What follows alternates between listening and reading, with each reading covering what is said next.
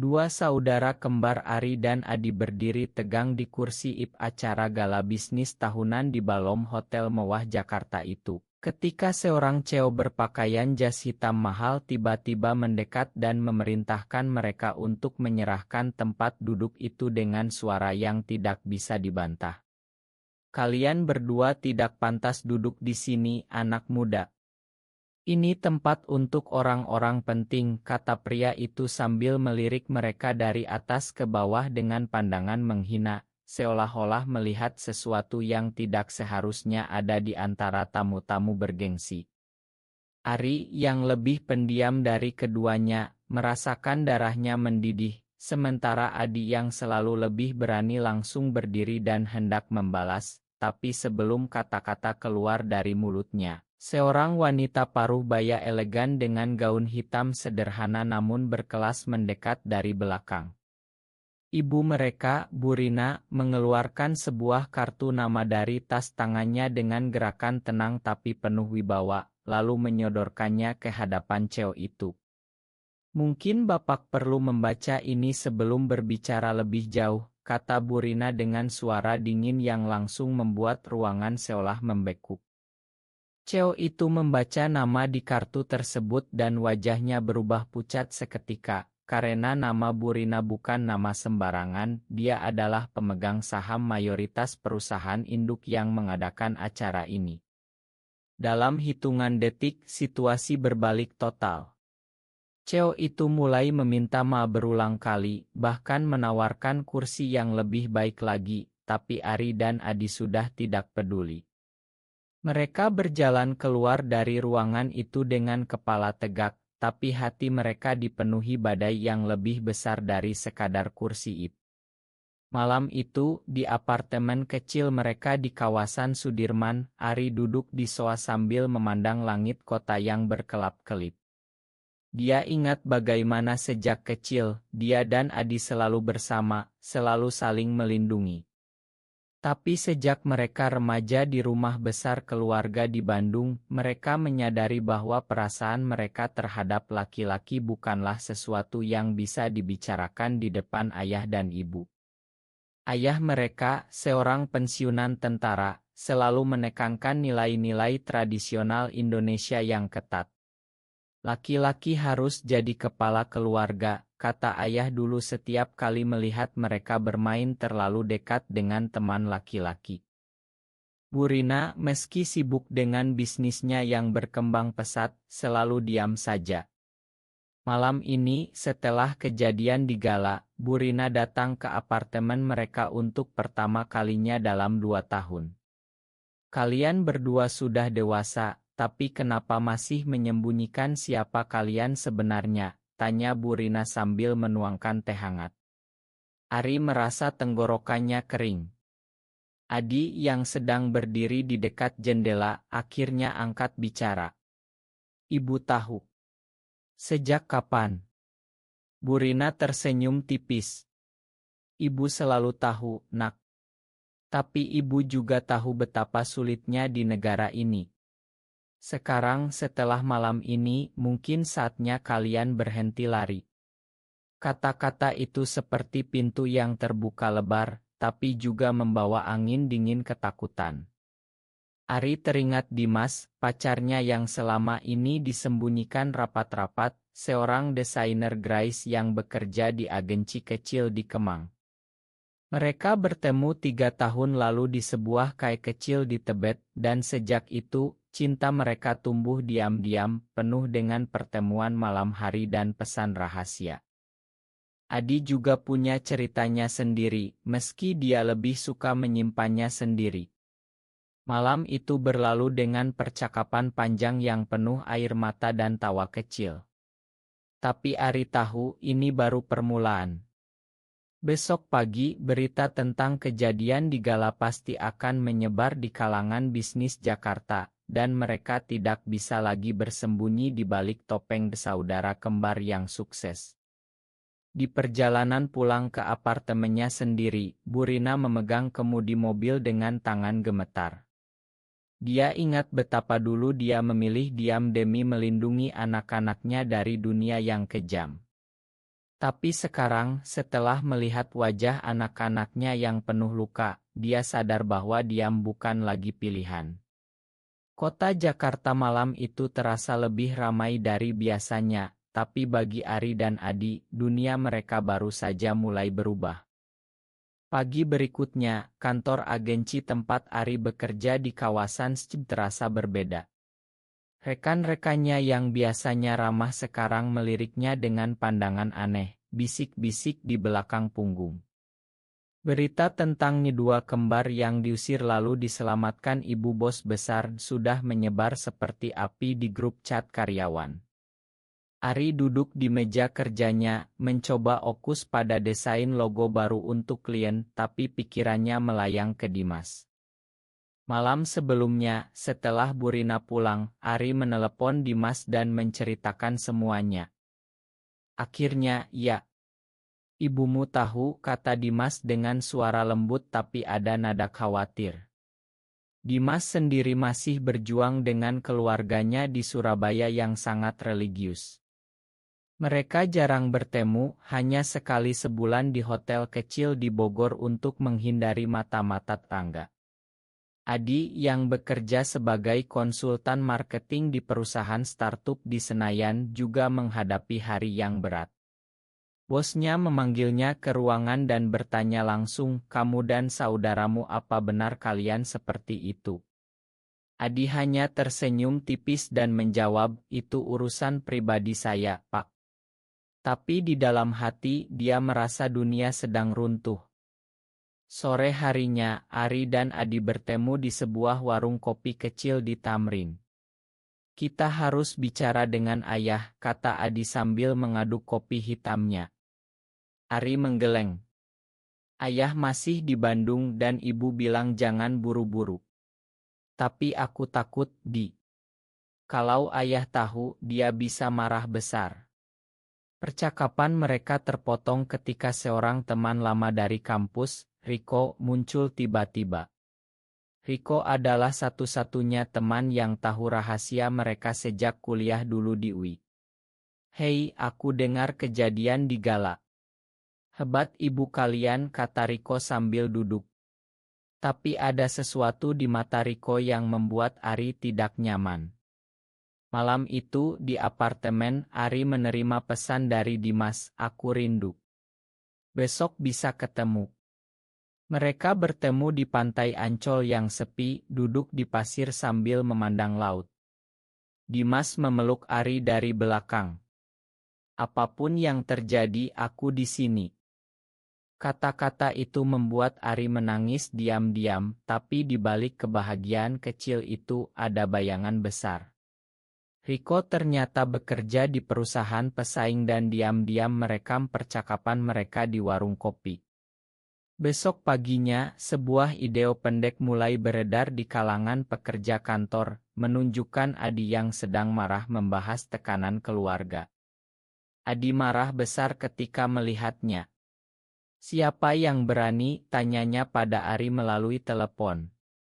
Mereka tidak tahu bahwa itu baru awal dari badai yang lebih besar. Di rumah Burina di Pondok Indah, wanita itu sedang memeriksa laporan keuangan perusahaan ketika telepon berdering. "Itu ayah Ari dan Adi." "Rina, aku dengar semuanya dari tetangga." "Anak-anak kita bagaimana bisa?" Suara ayah terdengar gemetar. Burina menutup mata, tahu bahwa hari yang ditakutkannya selama 25 tahun akhirnya tiba. Sementara itu, Adi duduk sendirian di balkon apartemennya, memandang lampu kota. Dia teringat masa kecil di Bandung ketika dia dan Ari sering bermain di kebun belakang, berjanji akan selalu bersama. Tapi sekarang janji itu terasa rapuh. Ari menelepon Dimas lagi malam itu, suaranya lelah. "Aku takut kehilangan segalanya, Mas." Dimas hanya bisa bilang, "Kita hadapi bersama." Tapi di hati Adi ada keputusan yang mulai terbentuk, mungkin saatnya dia pindah ke kota lain, meninggalkan Jakarta yang penuh mata-mata ini. Kehidupan mereka yang tenang selama ini mulai retak, dan retakan itu semakin lebar setiap hari. 2 minggu setelah insiden Gala, ketegangan di keluarga semakin memuncak. Ayah Ari dan Adi datang ke Jakarta secara mendadak, berdiri di depan pintu apartemen dengan wajah tegang. "Kita bicara sekarang," kata ayah dengan suara berat yang mengingatkan mereka pada masa kecil. Bu Rina sudah ada di sana, duduk di sofa dengan tangan saling menggenggam. Ari dan Adi duduk berhadapan dengan orang tua mereka, ruangan kecil itu terasa sesak. "Kami tidak pernah mendidik kalian seperti ini," kata ayah sambil menatap lantai. Adi tidak tahan. "Ayah, ini bukan pilihan. Ini siapa kami." Percakapan berubah menjadi pertengkaran yang penuh air mata. Ari diam saja, tapi di dalam hatinya, dia merasa seperti anak kecil lagi yang takut kehilangan kasih sayang. Malam itu, setelah ayah pulang dengan marah, Bu Rina memeluk kedua anaknya. "Ibu bangga pada kalian. Jangan pernah ragu." Kata-kata itu memberi kekuatan tapi tidak menyembuhkan luka. Di kantor, Ari mendapat surat peringatan karena perilaku yang tidak sesuai citra perusahaan. Bosnya tidak berani langsung bilang, tapi semua orang tahu alasannya. Adi lebih parah, kliennya mulai membatalkan kontrak setelah ide itu tersebar lebih luas. "Kita harus lawan ini," kata Adi pada Ari di sebuah meeting darurat di KAI. Mereka memutuskan untuk mendirikan bisnis kecil sendiri, sebuah agensi kreatif yang fokus pada kampanye sosial inklusi. Dimas membantu dari belakang layar, mendesain logo baru. Tapi hubungan Ari dan Dimas mulai retak. Dimas ingin Ari lebih terbuka, ingin bertemu keluarga Dimas di Surabaya. "Aku capek sembunyi terus, Ri," kata Dimas suatu malam di Hotel Bogor. Ari hanya bisa memeluknya lebih erat. Sementara itu, Riko yang mengkhianati mereka akhirnya dihadapi. Adi pergi ke kantor Riko dan bicara dari hati ke hati. "Kenapa kok? Kita dulu sahabat." Riko hanya menunduk. "Aku iri, Di. Kalian punya ibu yang berani, aku tidak." Pengakuan itu tidak menyembuhkan, tapi setidaknya memberi penutupan. Di tengah kekacauan itu, Ari mulai menulis jurnal setiap malam, mencatat perasaan-perasaannya.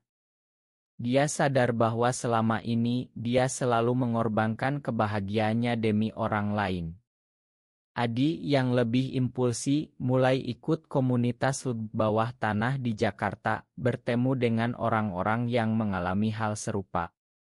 Di sana, dia bertemu seorang aktivis bernama Surya yang membuka matanya tentang hak-hak di Indonesia. "Kita tidak sendirian," kata Surya. Kata-kata itu seperti obat.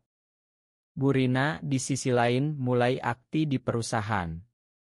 Dia mempromosikan kebijakan inklusi meski banyak yang menentang. "Ini untuk anak-anakku," katanya pada dirinya sendiri setiap kali rapat. Keluarga kecil mereka mulai menyembuhkan luka, tapi jalan masih panjang. Ari dan Dimas akhirnya memutuskan untuk liburan singkat ke Bali, jauh dari mata Jakarta. Di pantai Kuta yang sepi, mereka berjalan bergandengan tangan untuk pertama kalinya di depan umum. "Aku cinta kamu," bisik Ari. Itu adalah momen kecil tapi berarti. Tapi di Jakarta, badai baru sedang menunggu. Ayah mereka mengancam akan memutus hubungan kalau mereka tidak berubah. Ancaman ayah membuat Ari dan Adi terjaga malam-malam. Mereka pulang ke Bandung akhir pekan itu, duduk di ruang tamu rumah besar yang dulu penuh tawa. Ayah duduk di kursi kayu jati dengan wajah keras. "Kalian adalah anakku, tapi ini tidak bisa diterima di keluarga kita." Bu Rina berdiri di samping anak-anaknya. "Kamu tidak bisa memilih siapa mereka, Pak." Pertengkaran berlangsung berjam-jam. Ari akhirnya angkat bicara, suaranya gemetar. Ayah, kami tidak memilih ini. Kami hanya ingin dicintai apa adanya. Ayah diam lama, lalu berdiri dan pergi ke kamar tanpa kata. Malam itu, Adi menangis di kamar lama mereka. Ari memeluknya seperti dulu waktu kecil. Keesokan harinya, ayah memanggil mereka berdua ke kebun belakang. Aku tidak mengerti, tapi aku tidak mau kehilangan kalian. Itu bukan penerimaan penuh, tapi awal.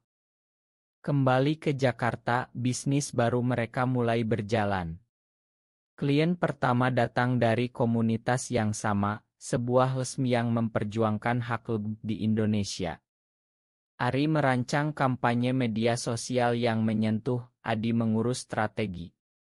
Dimas bergabung sebagai partner desain dan untuk pertama kalinya, mereka bekerja bersama di depan umum. Tapi tekanan sosial tetap ada. Tetangga apartemen mulai bergosip, beberapa teman lama menjauh. Ari pernah mendapat ancaman anonim di media sosial. Kamu merusak citra bangsa, tulis seseorang. Adi yang melihatnya langsung blokir dan bilang, kita lebih kuat dari ini. Di tengah itu semua, hubungan Ari dan Dimas semakin dalam. Mereka pindah ke apartemen lebih besar di Kemang, tempat yang lebih aman. Malam-malam mereka habiskan dengan bicara tentang masa depan, tentang mungkin suatu hari bisa hidup bebas tanpa takut. Adi sendiri mulai dekat dengan Surya, aktis itu. Bukan cinta, tapi persahabatan yang memberi kekuatan. Suatu hari, ada berita besar, sebuah undang-undang baru di yang semakin membatasi hak komunitas mereka. Ari dan Adi ikut demonstrasi diam-diam di depan gedung memegang poster kecil. Bu Rina melihat di berita dan menelepon. Ibu bangga. Kata itu membuat mereka menangis di tengah kerumunan. Tapi di dalam hati Ari masih ada ketakutan. Dia sering bermimpi buruk tentang kehilangan Dimas atau keluarganya. Adi yang lebih kuat selalu mengingatkan kita sudah lewati yang lebih buruk. Bisnis mereka berkembang, mendapat penghargaan kecil dari komunitas kreatif Jakarta. Di acara penghargaan itu, Ari naik panggung dan untuk pertama kalinya bicara terbuka. Terima kasih pada keluarga yang menerima kami apa adanya. Tepuk tangan meriah, tapi juga ada yang keluar ruangan. Itu adalah harga yang harus dibayar. Di rumah, Dimas memeluk Ari erat. Kamu hebat hari ini.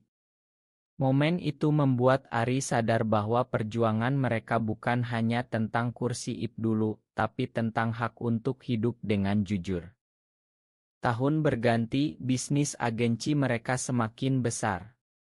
Ari dan Adi kini punya tim kecil yang loyal, kebanyakan anak muda yang mengerti perjuangan mereka. Tapi sukses membawa masalah baru. Seorang investor besar dari Singapura tertarik, tapi dengan syarat citra perusahaan harus bersih. Ari menolak mentah-mentah. Kita tidak akan sembunyi lagi, katanya pada Adi. Keputusan itu membuat mereka kehilangan kesempatan besar, tapi menjaga integritas. Di rumah, Bu Rina semakin sering datang, membawa masakan Bandung kesukaan mereka.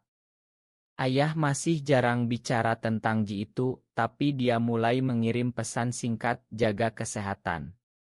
Itu sudah cukup bagi mereka. Hubungan Adi dengan Surya berkembang menjadi lebih dari persahabatan. Mereka mulai saling mengerti, berbagi cerita tentang tekanan di Indonesia. Kita bisa buat perubahan kecil demi kecil, kata Surya suatu malam di kai kecil.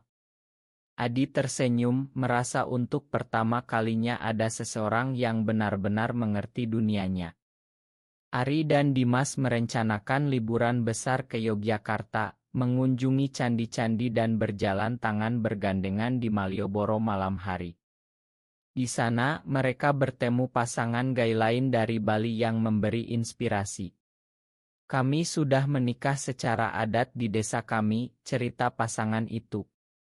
Ari dan Dimas saling pandang, tahu bahwa suatu hari mungkin bisa. Tapi kembali ke Jakarta, kenyataan menghantam. Seorang wartawan lokal menelepon, ingin wawancara tentang kisah kembar gay yang sukses. Ari ragu, tapi Adi setuju. Wawancara itu menjadi viral, membawa dukungan sekaligus ancaman. Beberapa keluarga jauh memutus hubungan, tapi banyak anak muda yang mengirim pesan terima kasih. Kalian berani, tulis salah satunya. Di tengah itu ada krisis kecil, Dimas mendapat tawaran kerja di Melbourne. Aku tidak mau pergi tanpa kamu, kata Dimas pada Ari. Ari memeluknya lama. Kita putuskan bersama. Keputusan itu ditunda karena ibu Ari jatuh sakit ringan. Mereka semua berkumpul di rumah sakit dan di sana ayah akhirnya bicara terbuka. Aku minta maaf. Kalian tetap anakku. Air mata mengalir. Itu adalah penyembuhan yang lama ditunggu. Ari sadar bahwa perjalanan mereka bukan tentang menang atau kalah, tapi tentang tetap berdiri meski dunia menentang. 2 tahun setelah insiden kursi IP yang mengubah segalanya, Ari dan Adi berdiri di panggung kecil acara komunitas di Jakarta. Mereka menerima penghargaan atas kampanye inklusi mereka yang berhasil mengubah kebijakan perusahaan besar. Bu Rina duduk di barisan depan, tersenyum bangga. Ayah ada di sampingnya, tangannya memegang tangan Bu Rina erat. Dimas dan Surya berdiri di belakang panggung, siap memeluk pasangan mereka. Ari berpidato singkat. Kami dulu diusir dari kursi, tapi sekarang kami duduk di sini karena cinta dan dukungan keluarga. Tepuk tangan membahana. Setelah acara, mereka semua makan malam bersama di restoran kecil. Tawa dan cerita mengalir bebas. Ari memandang Adi, saudaranya yang selalu ada. Kita berhasil, Di. Adi tersenyum. Kita masih punya jalan panjang, tapi sekarang kita berjalan bersama. Malam itu, Ari dan Dimas berjalan di tepi sungai, memandang lampu kota. Dimas berlutut tiba-tiba. Mau menikah denganku meski hanya di hati kita. Ari menangis dan mengangguk. Di kejauhan, Adi dan Surya berpelukan, merencanakan masa depan mereka sendiri. Kehidupan di Indonesia masih sulit bagi mereka, tapi mereka sudah belajar bahwa keluarga sejati adalah yang menerima. Bisnis mereka berkembang menjadi contoh bagi banyak orang. Ari sering menulis di jurnalnya, kita tidak perlu sempurna, cukup jujur. Dan di akhir perjalanan panjang ini, pertanyaan yang menggantung di udara, benarkah bahwa cinta sesama jenis selalu harus mengorbankan segalanya demi keluarga, atau justru keluarga yang harus belajar mencintai tanpa syarat?